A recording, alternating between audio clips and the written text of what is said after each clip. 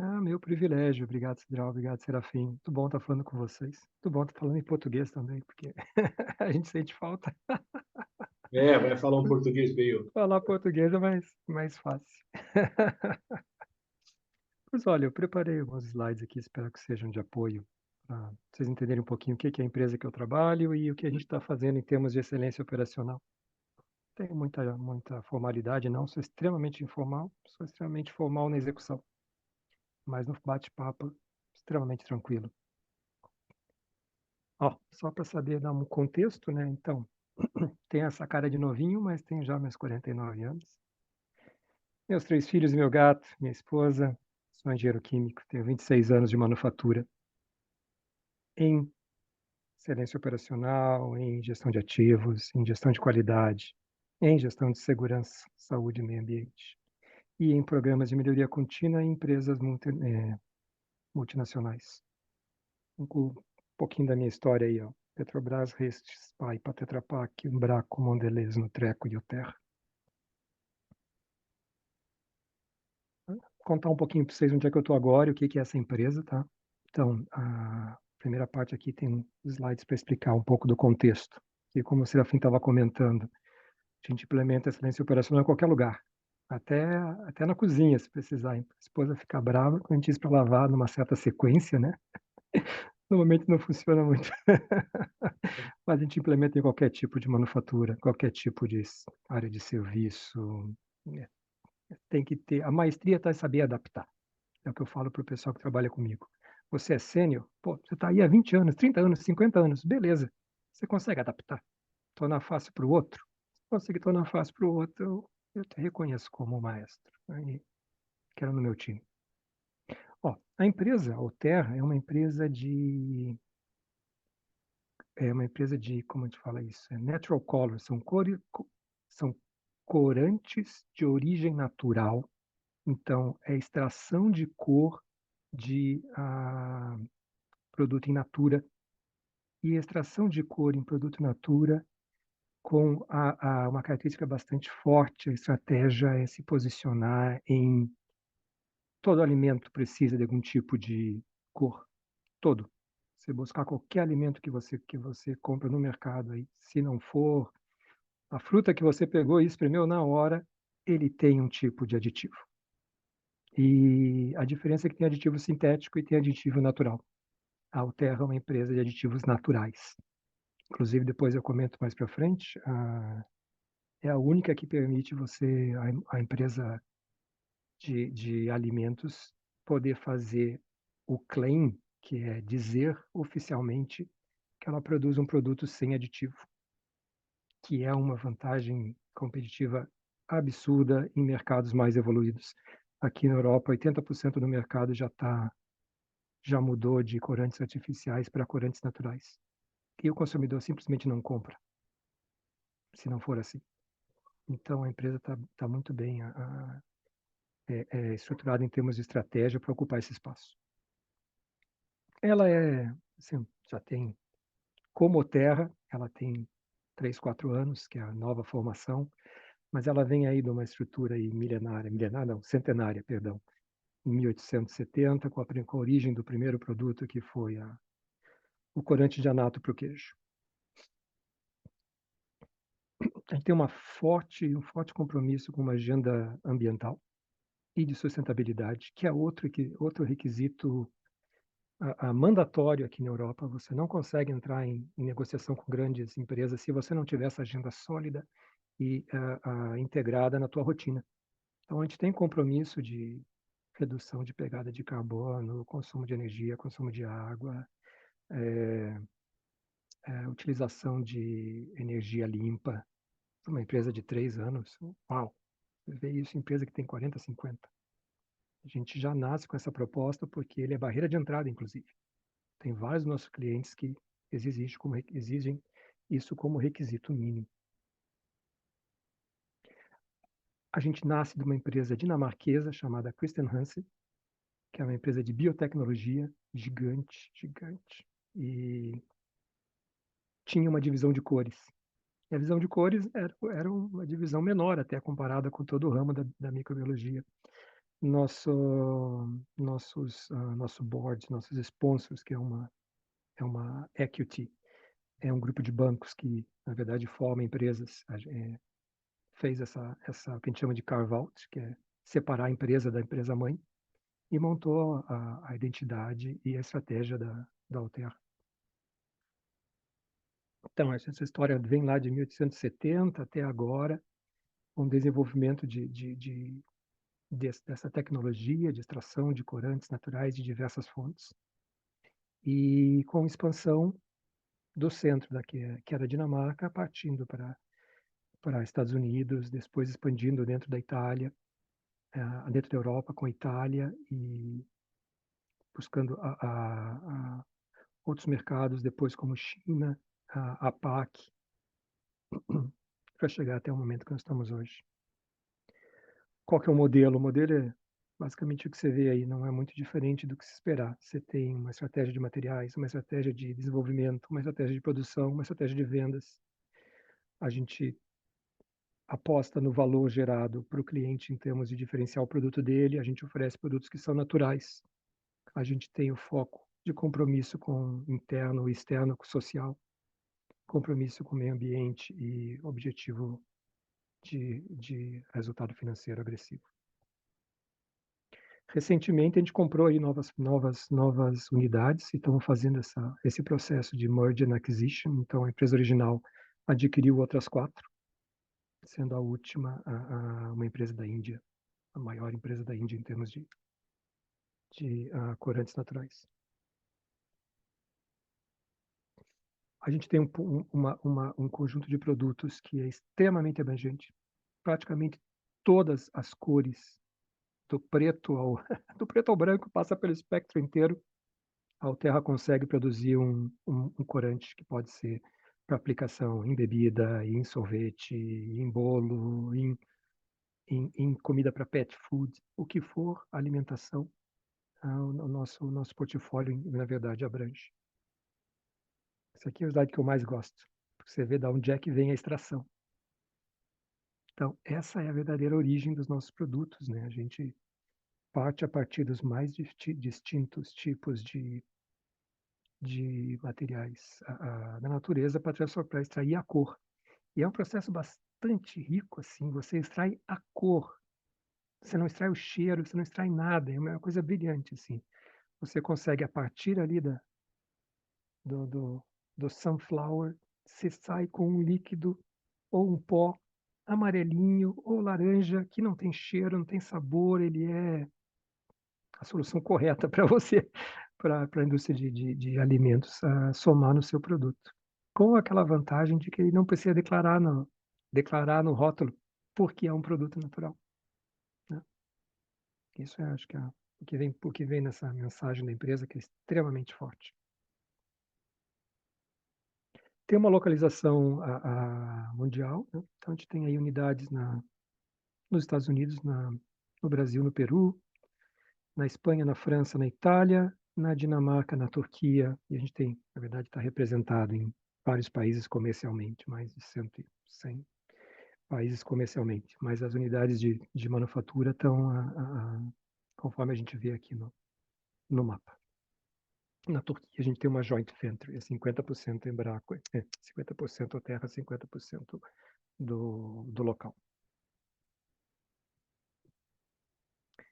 Ok. O que a gente tem como estratégia é garantir fornecimento na quantidade correta, no momento correto.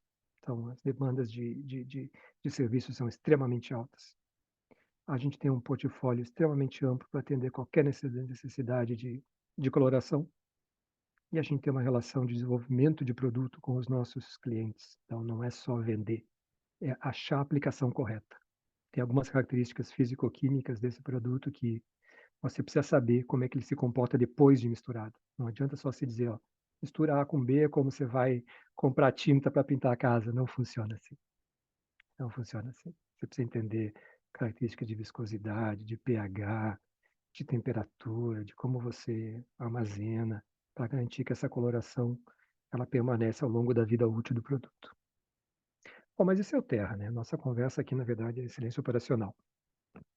Bom, A proposta do nosso modelo de excelência operacional é fazer ele simples, exatamente porque a gente não é um gigante, pode ser a maior empresa do ramo no setor, mas não se compara com uma empresa, uma Nestlé, uma Unilever, são falando de 10, 15 vezes menor. Sim, empresa de €500.000 é bastante representativo, mas a gente tem que usar os recursos de maneira mais inteligente possível. Vou mostrar para vocês a minha estrutura de excelência operacional, uma estrutura extremamente reduzida e foca na competência de quem está na posição. Ó, então, como é que começou a história aqui? A história começou, basicamente, já existia um programa de excelência operacional que era daquela empresa mãe, da Christian Hansen. Então, a divisão de cor estava começando a implementar com base na estrutura dessa empresa maior, e naquele momento ela tinha uma estrutura de apoio, um headquarters central grande, bem grande, que podia explicar e trazer e dar informação passo a passo, segurar pela mão. Quando a empresa separa e vai ser independente, ela precisa gerenciar por conta própria. Foi quando eles me contrataram e primeiro momento foi avaliar onde a gente estava, né, para entender qual era o ponto de partida. Então, já tinha uma experiência de OPEX na empresa, mas ela é com uma visão de melhoria de médio e longo prazo. Uma coisa que me chamou a atenção logo de início é que o mapeamento de ideias e oportunidades estava separado dos resultados financeiros. Isso, na minha experiência pessoal, é o que precisa para você não ter um programa de excelência. A gente só faz excelência para entregar resultado, não tem outra história. Então, essa minha experiência pessoal é assim. O que tinha de muito positivo é que a estrutura de excelência operacional já estava presente. Então, você já tinha um, a practitioner, que é um líder local para cada unidade. Aí as oportunidades eram implementar um sistema de avaliar a perda de material e opções de redução de desperdício, implementar um sistema de monitoramento de performance de equipamento, de otimização de planejamento, de introdução de novos equipamentos e produtos e de parceria com desenvolvimento de R&D, que são interfaces de excelência operacional nas áreas funcionais. Ok, entendeu que tinha oportunidade, você precisa botar serviço da empresa, a empresa tinha um pipeline de 20 milhões de redução de custo ao longo de 4 anos, então esse assume como objetivo, sem sofrer, sem debater, sem chorar, e vai fazer um mapeamento de oportunidade, entende aonde que você tem essa oportunidade. Os números são antigos, mas eles são relevantes. Na primeira passagem, a gente encontrou 12 milhões de oportunidade em materiais e 70 milhões de custo de processo. A gente começa a quebrar em termos de pedaços para entender onde a gente consegue projeto que justifica as iniciativas. E aí, a parte de materiais, a gente quebra em perda de produto acabado e perda de matéria-prima. A parte de processo, a gente quebra em custo de mão de obra direta e indireta, custo de materiais e preço de materiais indiretos, consumo e custo de energias, consumo e com manutenção de serviços, aluguéis e taxas. É uma estrutura, e aqui a gente força para a estrutura ser aderente à estrutura contábil. Os nomes têm que ser iguais, para o pessoal do financeiro entender e apoiar. Se começar a criar nome diferente, você cria mais uma barreira para a execução. Bom, para assumir a responsabilidade de entregar 20 milhões, você pode ter direito a pedir gente para te ajudar. Aí você consegue montar uma estrutura. A estrutura é matricial, ela não é os especialistas locais não respondem diretamente para o global, eles respondem pontilhado. Eu faço plano de desenvolvimento e faço avaliação de performance, eu oriento, faço follow-up de todos os projetos, mas eles respondem hierarquicamente para a unidade que eles participam. Tá? Então aqui é um esquemático para dizer, olha, eu tenho um Fábio ali que é Head de Excelência, que tem uma carteira de soluções, ferramentas que podem ser utilizadas. Eu tenho pares, que são os heads de operações, e eu apresento para eles toda a caixa de ferramenta, faço as análises com os especialistas das unidades deles, e a partir daí a gente cria um plano de projeto. A gente, para tornar isso realidade, porque no começo é muito crença e pouco entendimento, tem gente que até Tem que respeitar aqui. As experiências, como é que as experiências e oportunidades são amplas, mas nem todo mundo consegue falar a mesma linguagem. Então, a gente traz para uma linguagem comum, que é a linguagem financeira. E a gente cria um portfólio de projeto para entregar. No meu caso aqui, são 5 milhões por ano. Foram cento e poucos projetos no primeiro ano, mais cento e poucos projetos no ano que eu estou agora. E a gente acabou de fechar o budget para o próximo ano com mais cento e poucos projetos. Essa é a lógica. Eu faço um steering committee, que é o grupo que gerencia isso e avalia progresso, necessidades, recursos. E com reunião regular, a gente tem estratégia para todas as áreas de supply chain e manufatura. E a gente avalia onde eu estou em relação ao plano, qual que é a estimativa para fechar o ano, se tem algum risco, algum gap, quais são os desvios pontuais, quais são os potenciais. Cada um dos principais projetos a gente verifica, eu vejo todos os projetos que têm compromisso acima de 100 mil ano e a fábrica vê os que foram abaixo de 100 mil ano e a gente faz um relatório executivo para o nosso board para entender como a gente está entregando os resultados. Isso aqui é exatamente os quadros que resumem como está evoluindo. Na parte de botar isso para agir, a gente faz o que a gente chama de Opportunity Assessment, que é um processo de ideation. Só que é um ideation contra padrões de excelência. Não é um brainstorm. Eu poderia dizer que é um brainstorm direcionado, mas não é um brainstorm porque a gente identifica as perdas que quer atacar. Então, você vê ali uma listinha do que são os temas que a gente evolui. Então, balanço de massa e de perda, análise de capacidade, sequenciamento de mão de obra, a auditoria de energia, que a gente inclusive contrata externo para fazer auditoria de energia, com a Schneider Electric, que é um dos gigantes aí na gestão de sustentabilidade e energia. Faz análise de balanço de mão de obra direta, avalia gargalos e confiabilidade de equipamento crítico, avalia projetos de Six Sigma e controle estatístico e tem uma abordagem bastante direta de benchmark e negociação de preço para materiais indiretos. O que a gente traz ainda mais esporádico é a avaliação de tecnologia e automação. Tendo payback, entra no pipeline. Essa aqui é a lógica. Para fazer isso rodar, precisa de uma estrutura de gestão. Essa estrutura de gestão está baseada em ferramentas de monitoração, que são os dashboards e os heatmaps. Então, eles mostram sempre como está evoluindo e aonde estão as maiores oportunidades.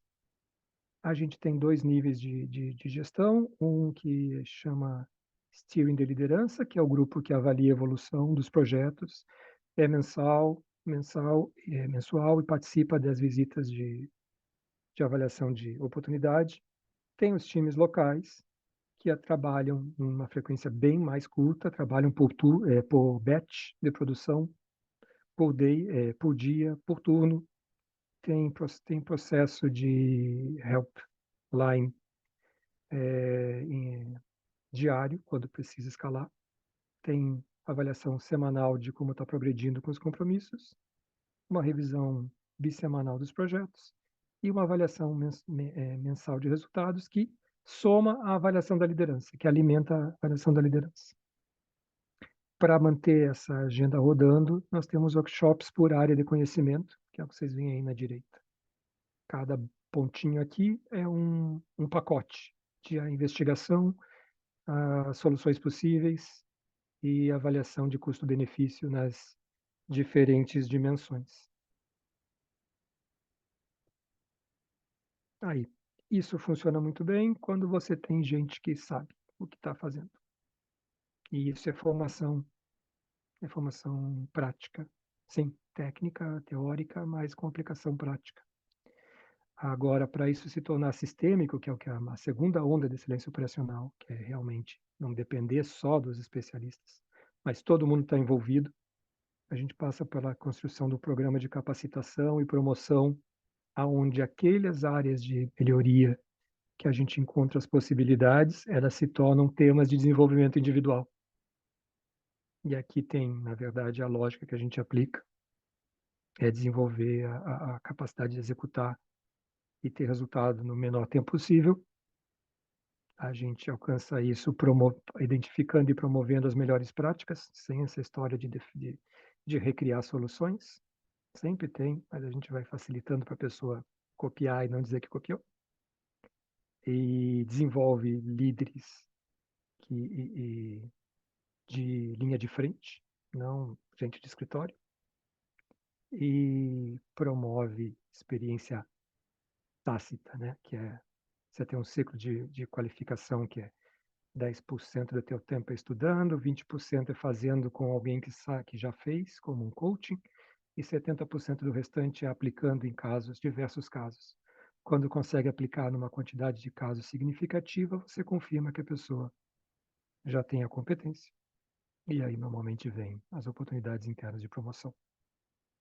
Dentro das áreas de treinamento, a gente foca em conhecimento, segurança e meio ambiente, segurança e saúde, meio ambiente, sustentabilidade, gestão de qualidade de cliente, serviços, customer service e end-to-end para cadeia de valor, gestão de custo e budget e gerenciamento de eficiência e produtividade. Tudo isso vai virar uma matriz de habilidade onde você, de acordo com o cargo e a função que você está, você tem uma quantidade de treinamentos que precisa cumprir, projetos que você precisa executar. A confirmação do conhecimento vem com a execução dos projetos. Esses projetos estão no pipeline para entregar o resultado. Então, o desenvolvimento do indivíduo, do funcionário, do colega, está associado ao resultado da empresa. Então, não tem opção para não ser ganha-ganha. A questão é se está no lugar certo, na hora certa, se faz sentido. Para a pessoa, se fizer, ela tem um caminho para percorrer, que é o caminho que a gente amarra para os resultados da empresa, vai ter todo o apoio para executar.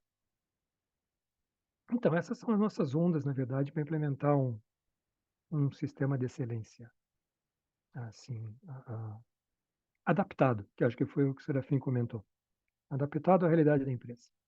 Então, a gente não tem, e não faz parte do meu plano, recorrer à consultoria externa. Eu recorro a treinamento. Eu financio o treinamento da minha equipe, das equipes locais. Eles aprendem com os consultores e vêm aplicar em casa. Nesse momento, eu não tenho na minha estratégia comprar conhecimento.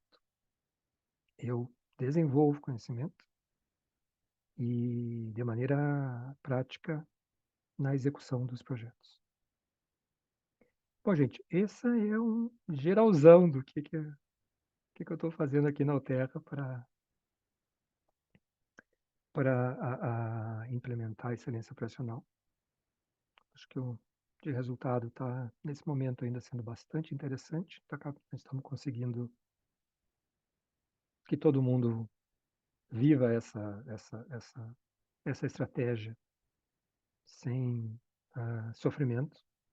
Ela é uma estratégia de serviço. Os resultados estão alocados nas unidades e minha responsabilidade é fomentar a execução.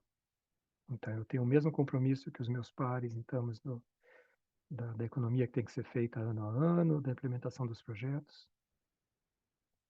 Agora, é fundamental que esse objetivo é compartilhado e ele é verbalizado pelo nosso COO, que apresenta esses compromissos para o nosso board da empresa trimestralmente. Então, tem um ciclo financeiro amarrado à excelência operacional. Então, tem suas demandas de entregar o que cumpriu, mas isso é qualquer projeto, qualquer processo, qualquer empresa de verdade. Então, não dá para se assustar. Em geral é isso. Não sei se... Espero que tenha agregado um pouquinho aí de experiência para vocês terem uma referência. Se tiver alguma pergunta, alguma sugestão. Eu tenho Sim, uma coisa temos sim, final. temos sim. Eu tenho um pedido final. Eu estou contratando 2 pessoas, eu preciso de indicação. Ah, que maravilha. Pode ser que aqui agora já tenha 2 candidatos, né? Não sabe, vai saber, né? E é para trabalhar, é Brasil, é Inglaterra, é onde? É Serafim fora? Edson. Posição global. Pode ser do Brasil, pode ser do Peru, pode ser da França, pode ser na Itália, pode ser na Espanha. Um Que em maravilha, que Supply maravilha. Chain Excellence Manager e o outro é Operations Excellence Manager. São 2 reportes diretos para mim. Lean e TPM 6 Sigma, que é o que eu preciso. Muito bom, Fábio. Ah, legal. Já temos umas perguntas aqui, sim, tá? Deixa eu... Vou colocar aqui a primeira, do Fábio Façanha, né? Rafael Façanha, né? O Rafael, ele diz o seguinte: Fábio, parabéns pelo case apresentado, simples e bem prático. E a pergunta dele é: quais as principais vantagens em ter um time de excelência operacional com o reporte pontilhado na estrutura e não de forma direta? Pô, bem legal, hein, Rafael? São Conseguiu dois me ouvir momentos. bem? Ouvi, é sobre a diferença, a vantagem em ter o time reportando direto ou reportando pontilhado. Bom, eu já trabalhei com os dois tipos de situação. E acho que varia muito da cultura da empresa e da maturidade. Quando você precisa demonstrar que os projetos, através da excelência operacional, dão resultado, quando tem uma descrença ou quando o time de gestão não tem experiência anterior, que eles querem que você prove que o negócio dá resultado, me mostre que dá o resultado, quero ver os números. É melhor que eles respondam direto, porque aí você coordena o esforço e o tempo das pessoas. E você não tem que lidar com o gap de alguém pedir para o especialista ir fazer outra coisa. Né? Você quer que ele vá lá fazer um estudo de tech time e vão pedir para ele fazer um controle de estoque. Fala, pô, cara, eu preciso que ele faça o estudo de tech time, não o controle de estoque. Aí você vai ter que negociar para o cara ter tempo, nunca dá certo. Tá? Então, quando você está começando, se o teu desafio é provar para a equipe de liderança que isso funciona, as pessoas têm que responder para você. Agora, se o teu time já é mais evoluído culturalmente em excelência, que é o meu caso aqui, eu tenho pares nas fábricas que já viveram cultura de excelência nas suas funções, nas suas experiências anteriores. Um time bastante sênior, tá? Os meus colegas têm de 20 a 30 anos de experiência, não tem nenhum como eu, assim, não tem ninguém que está começando a aprender. O cara sabe que funciona. Tem suas preferências, tem as coisas que se sente mais confortável, mas sabe que funciona. Aí eu prefiro que esteja reportando direto para ele, porque isso é uma forma de formalizar a responsabilidade. E quando eu recebo a meta no meu nome, eu negocio para a mesma meta estar no nome do meu par. Então, daqueles 20 milhões lá, vai quebrar 5 milhões para a Dinamarca. Aí eu bato na porta do gerente da Dinamarca e falo: você tem que entregar 5 milhões junto comigo. E eu vou trabalhar com a especialista local para mapear as oportunidades. A gente vai fazer os workshops, vai chamar teu time de liderança, vocês vão escolher os projetos que vocês vão fazer. Agora, os 5 milhões a gente só negocia com o CEO, você não negocia comigo. E aí, se você quiser não fazer, eu vou do teu lado, mas eu não vou falar por você. Nós vamos falar junto. Ninguém vai para o CEO dizer que não vai fazer. Todo mundo olha meus projetos e fala, pô, vamos ver qual que eu consigo apoiar. Mas isso é batalha Muito bom, de mês em mês. muito bom. A Ellen Mascarenhas, ela te parabeniza aqui pelo trabalho, né? E ela diz aqui que a excelência está na estratégia da empresa. E ela faz uma pergunta. Fábio, você comentou que é elaborado um budget de projetos a serem implementados para o ano seguinte. A pergunta é: como é realizado esse levantamento? Puxa, bem legal. Inclusive é o que eu estou fazendo agora. Ó, como eu não vou contar para vocês aqui rapidinho só, que é bem legal. CI Budget. Aqui, ó. A gente tem uma meta que já foi cascadeada, né, que é aquela meta de médio prazo, dos 20 milhões. A gente transfere num objetivo interno, que você está vendo aqui exatamente o que foi feito agora no ciclo. Tem um ciclo, nosso ciclo é maio-junho. Maio-junho a gente está cascadeando essa meta aqui, que é uma interna, Então, eu peço 30% a mais do compromisso para fazer meu pipeline. Eu nunca faço um pipeline que fecha igual, porque senão eu não entrego. Eu faço um pipeline 30% acima do compromisso. Aí a gente desdobra por unidade. Aqui estão os vários países com os objetivos de cada unidade. E dentro Fábio, dos você está workshops... apresentando os slides anteriores, tá? Ah, meu Deus do céu, achei que eu É. estava te dando uma visão do que Aham. eu estava fazendo agora. Que Eu vergonha. percebi aqui.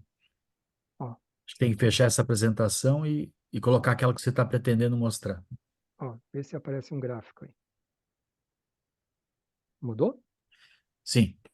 Ok, estava falando. Esse aqui é exatamente o que eu estou fazendo agora.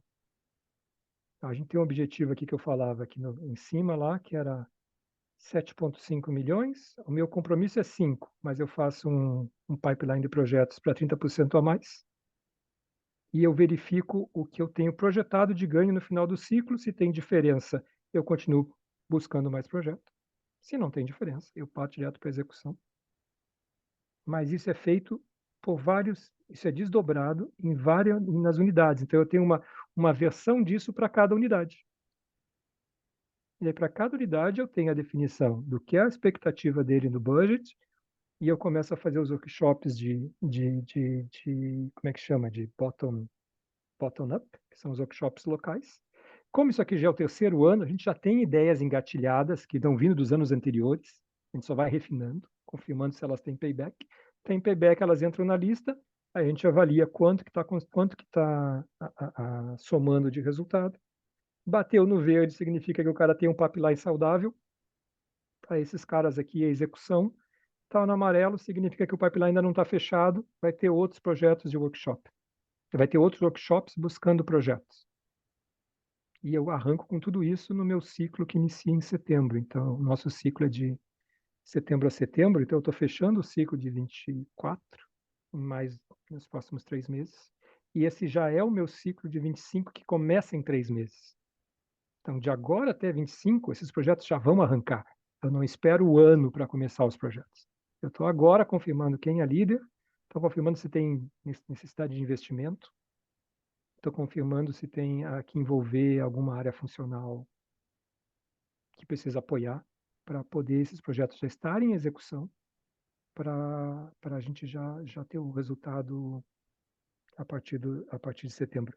Uma coisa que eu não comentei é que o nosso pipeline é um pipeline de dinheiro, não é um pipeline de tempo de projeto.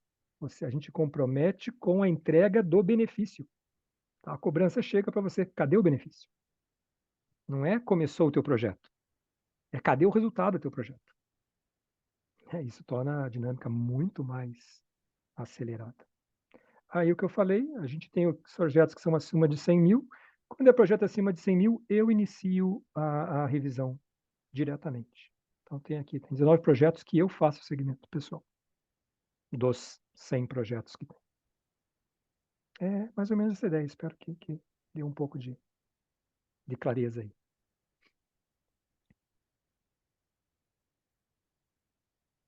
Ok, muito bom, Fabio. Uma outra pergunta aqui. O Aloysio Levada, ele te dá os parabéns aqui.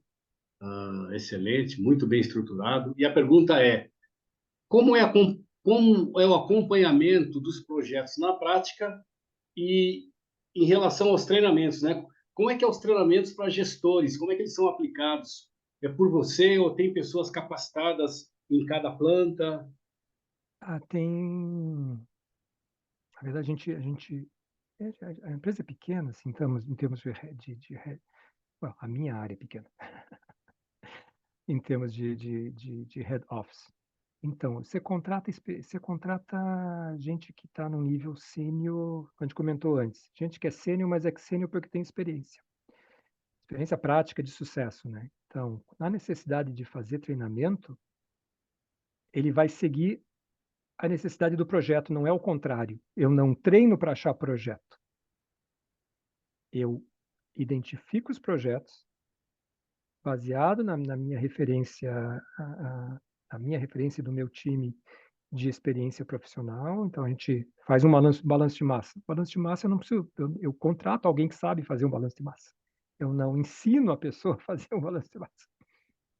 Então, o cara vem, faz lá o fluxo do processo, identifica as perdas, aí ele não sabe Seis Sigma, e nós temos lá dentro uma oportunidade de reduzir variabilidade. Beleza. Quanto que eu ganho para essa oportunidade? Tem payback? Tem. O cara sabe Seis Sigma? Não sabe. Ele precisa para fazer a tarefa? Precisa. Paga o treinamento para o cara e o projeto dele é fazer a redução da variabilidade daquele fluxo. De energia. Pô, energia eu preciso conversar com o meu time de manutenção e de engenharia. Nem todas as fábricas têm gente que está 100% pronta. Se eu tenho um engenheiro que já está 100% pronto, eu coloco ele para fazer o projeto de energia. Ah, mas eu nunca fiz antes. Não tem problema. Você vai fazer o mapeamento e nós vamos entender quais são o suporte que você precisa. Quando é necessário um treinamento, você faz treinamento para o cara lá em Caldeira. Agora, Ok. Caldeira eu consigo contratar por serviço, eu consigo telefonar para o fornecedor e dizer, venha cá e faz análise. Então, o que eu faço é terceirizar essa parte para o fornecedor. E o meu engenheiro coordena a execução do projeto. Maravilha. Tá. Muito bom, Fábio. Eu tenho várias perguntas aqui. Eu vou lê-las, mas antes eu vou fazer uma minha. Mas eu quero só que você seja bem. Essa resposta para mim pode ser curtíssima. Pode ser pum, porque nós vamos ter que olhar do pessoal aqui. Mas a Diga, minha diga, diga. pode ser Já tem curta a resposta. Me diz uma coisa: qual que é o payback para dizer? Pode ir em frente. 2 anos. Menos de 2 anos. Beleza, 2 anos. Talvez você tenha falado, eu não consegui ouvir. Não, não, Dois não. Menos anos, de tá dois bom. anos. Menos de 2 anos Essa ele informação é entra na lista, importante. né? Ele entra na Tá lista menos de legal. 2 anos. Uhum. Ótimo. Obrigado pela resposta. Muito bom.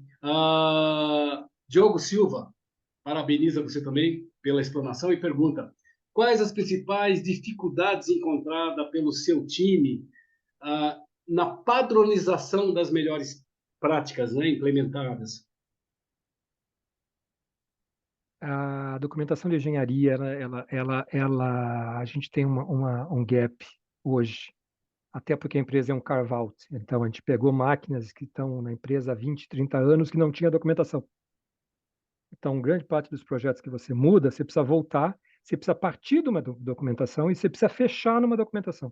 Então, o fato de não ter essa documentação faz o cara patinar, faz ele ter que fazer muita tentativa de campo para confirmar a load, carga, para confirmar carga, para confirmar a capacidade instantânea. Tem coisa que você vai ter que ir a campo, fazer a medição. E aí teu time não tem, o time local não tem a ferramenta para medir. Então, a falta de uma gestão sólida do passado da documentação técnica, ela prejudica a criação desse livro, né, Knowledge Book. Então, a gente acaba tendo que, a cada projeto, a gente usa o CAPEX para criar a documentação que tá faltando. Muito bom.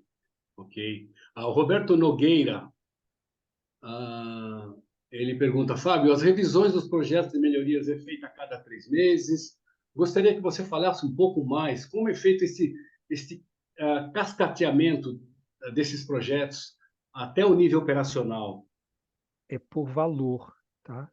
Tudo que é acima de compromisso acima de 100 mil tem revisão de 2 em 2 semanas. Tá? Assim, eu tenho que entregar, eu tinha lá, mostrei lá, 19 projetos. Aqueles 19 projetos somados, eles dão 4 milhões. Eles não podem atrasar. Eu tenho outros 80 projetos para dar os outros 3 milhões. Eu preciso que os 20, que eles deem certo. Então, eu vejo semana sim, semana não. Tá? E aí você normalmente tem o líder do projeto, você tem o líder da unidade, e quando tem necessidade de apoio, tipo, o cara de supply precisa participar, chama o cara de supply. O cara de materiais precisa participar, chama o cara de materiais. Mas eu inicio, eu chamo, eu mando os convites. Tá? Essa é a lógica. Cada um tem uma página de status para contar, formatinho bem simplesinho de PDCA. A gente vai na veia, qual que é o caminho crítico que você precisa nessa semana. Agora, os Muito projetos bom. pequenos, eles Ok. acontecem com gestão local. Ok. Ok. Tem aqui uma consideração, né? Eu não sei quem é esse Edson, mas você deve saber, eu presumo, né? Mas não tenho certeza. Fábio, é só uma colocação. Fábio, parabéns, sempre direto, objetivo e assertivo na implementação. né? Como você sempre dizia, com constância de propósito e buscando criar valores para os clientes. Sucesso. Né? Eu não imagino quem seja É esse gente Edson, boa, você deve é imaginar gente também. boa. Ter. Maravilha. Sou eu mesmo, sou eu O... mesmo. Abração. Então é ele Coisa mesmo, é ele boa. mesmo. Cara que sabe das coisas Bom fala saber que ele está fácil, aí. né? Legal. E ele é um Esse professor, ele é um cara, professor da Sustentar, hein? esse Muito cara é bom. sênior. Maravilha. Olha, cara, se vocês têm ele aí, bicho, Fábio. vocês estão bem. Mas eu não tinha certeza que era ele mesmo, viu? Eu não tinha certeza. Só Vocês agora estão reconheci pela muito voz. bem se vocês têm esse cara aí. É, maravilha. Tá.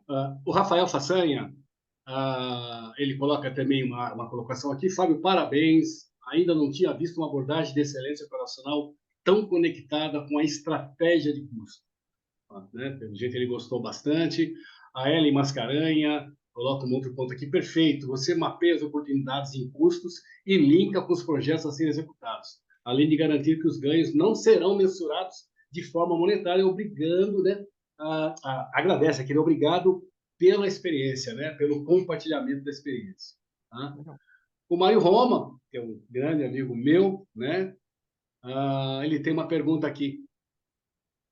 Qual você acredita ser o maior desafio para engajar os times para conseguir executar os projetos potenciais?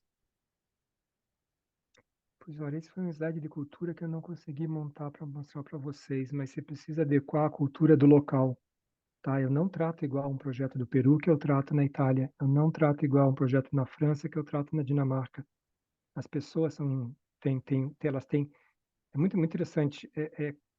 As pessoas aprendem de maneira diferente. E até você entender como é que ela precisa receber a informação ou o teu pedido, você perde na tradução. E até que quando você trabalha com outro idioma, você acaba sofrendo, porque a primeira coisa é você ser claro no idioma. E aí você percebe que a pessoa realmente não te entende. Não te entende, não é má vontade. Ela não te entende. Então, é como você tentar falar com o chinês. Se você falar em português ele com o chinês, ele não vai te entender. Ele vai sorrir para você, vai querer fazer junto. Nem a gente fazia lá, né, Serafim? Mas ele não vai te entender. Agora, imagina você falando uma linguagem de Seis Sigma com o cara que é a minha microbiologista. Ela trava quando eu uso os termos. Ela entra em desespero. Porque aquele termo não faz sentido para ela. Tá? Então, isso para você conquistar vontade, paixão, porra, quero fazer. Agora, você quer que o cara se sinta bem na função dele, tem que pagar direito. Você não vai resolver com melhoria contínua se o cara está sendo mal pago. Tá? Novamente, a importância de responder local, porque daí a responsabilidade de pagar o cara direito dentro da estrutura está com o líder local. Isso aí não tem projeto de melhoria, historinha contada, que é o seu futuro que vai manter alguém animado e comprometido, tá? Tem que respeitar as pessoas. Muito bom, Fabio. Muito obrigado. Eu peço para você eliminar o seu compartilhamento. Pode tirar o Opa, compartilhamento, por favor. Tá? se eu souber, eu tiro. Como é que eu faço? Off, só tem como mudar aqui. Tem share. Eu acho que ele tem o IR Review Field. Files Advanced. Tem pause share. Pause share eu achei. Stop share, achei. Beleza. E Stop Share. Isso. Muito bom. Muito bom, Fabio. Avançamos um pouquinho só. Eu achei que eu ia fazer a minha pergunta, aí eu ia exigir mais tempo, né? Mas depois choveu perguntas aqui. Fantástico, né? Fantástico, fantástico. Pessoal parabenizando aqui, tá? Muito legal, tá? O Hélio entrou aqui também, né? Legal. Falando aqui. Fábio, parabéns pelo seu trabalho, excelente como sempre. Fábio, em média, quantos projetos você é especialista, né? Eu vou, puxa vida, tá surgindo pergunta aqui ainda, né? Vou encerrar com essas duas aqui, Fabio. Oi. Hélio, o Hélio pergunta, em média, quantos projetos seus especialistas nas pontas conduzem simultaneamente, tá? Essa é uma pergunta do Hélio. Eu já vou falar a segunda do Lucas Cabral para a gente fechar O Lucas, na verdade, ele faz uma consideração, né? Excelente, Fábio. Toda a apresentação, experiência. Adorei o sistema de capacitação puxada, otimizando treinamentos, onde de fato será usado. Muito legal. Então fica a pergunta do Hélio aqui, tá? Se em média, quantos projetos os especialistas nas pontas conduzem de forma simultânea? Aí depende do cara, o cara o cara mais sênior consegue fazer de 10 a 15. 10 Agora, a não é 15 que ele projetos. trabalha, ele lidera de 10 a 15. Tem projetos que são dele, tem projetos que ele orienta, tem projetos que ele só monitora. É a mesma lógica do desenho do pipeline. Se um projeto é um projeto de negociação de contrato, ele monitora a preparação, monitora a execução e acompanha o resultado. Acabou-se. Uma vez por mês pergunta como é que está indo. Se o projeto é lá de manufatura que tem que testar e ajustar, aí ele vai para campo fazer teste e ajuste. Então é nessa linha, tá? Não é que ele está fazendo todos os projetos, não é isso. Não é um Seis Sigma clássico de forma alguma. Eu não formo a Seis Sigma e eu não faço estrutura de Black Belt, não faço. Tá? Não é só o especialista que trabalha. O meu desafio da ciência operacional é todos os líderes serem sponsors de projetos. E todos os funcionários sêniores, nas suas funções, terem projetos na sua agenda de compromisso anual. Esse é a minha visão. Não é só um cara que faz, não.